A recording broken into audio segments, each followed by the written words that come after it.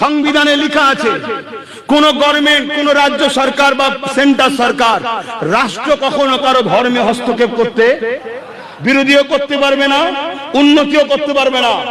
উপরন্তু আমি দেখলাম তোমরা তোমাদের আখের সব গুছিয়ে নিচ্ছ, তুমি ওখানে বানাচ্ছ, ইনি দিঘাতে বানাচ্ছে, সবাই সবার গুছিয়ে নিচ্ছে, কিন্তু তোমরা বারবার আমার মসজিদ, আমার মাদ্রাসা, আমার কবরস্থানকে টার্গেট করছো না? করোনি? ওয়াকফ যেখানে নিষেধ করেছে কারো ধর্মের উপরে আঘাত দেওয়া যাবে না, রাষ্ট্র কারো ধর্মের বিরুদ্ধে কথা বলতে পারবে না, সংবিধান রাইট দেয়নি, সংবিধান ইজাজত দেয়নি, যে যার ধর্ম, যে যার মানুষ নিজের পয়সায় নিজের মতো করে করবে। কেউ যদি মনে করে আমি কোনো ধর্ম করবও না, তাকেও দেশ রাইট দিয়েছে, তারও অধিকার আছে। এই দেশে কেন্দ্র সরকার ওয়াকফ কালা কানুনের নামে সংবিধান বিরোধী আইন করে মসজিদ, মাদ্রাসা, কবরস্থান, ঈদগাহ, খানকা, মুসলমানদের পেহচান, মুসলমানদের ঐতিহ্য, মুসলমানদের মসজিদ, মাদ্রাসা, ঈদগাহকে ভেঙে দেবে, দখল করে নিয়ে কর্পোরেটদের হাতে, পুঁজিপতিদের হাতে তুলে দিবার একটা ষড়যন্ত্র করেছে, হ্যাঁ কি না? জোরে বলুন। এটা কোন শক্তিতে করছে? সে কোন পাওয়ারে করছে বলুন? জোরে বলুন।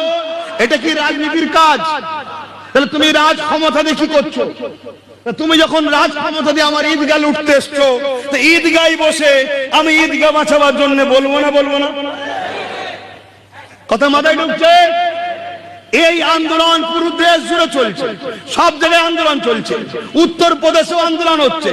উত্তর প্রদেশের সরকার যারা আন্দোলন করছে তাদেরকে মেরে জেলে ভরে দিচ্ছে। কেন? মোদির বিরুদ্ধে কথা চলবে না। আমার পশ্চিম বাংলায় এই আন্দোলন যারা করছে তাদেরকেও মেরে জেলে ভরে দিচ্ছে। কেন?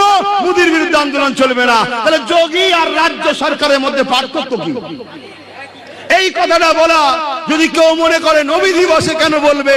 আরে নবীর মসজিদ বাঁচাবার জন্য নবী দিবসে বলবো না তো কোথায় বলবো? কথা মাথায় ঢুকলো? মসজিদে দাঁড়িয়ে দাঁড়িয়ে বলা দরকার ইমামে। যদি ইমাম না বলে কিয়ামতের দিন জবাব দেবে। তুমি আল্লাহর ঘরে দাঁড়িয়ে আল্লাহর ঘরকে বাঁচাবার জন্য কেন বলবে না?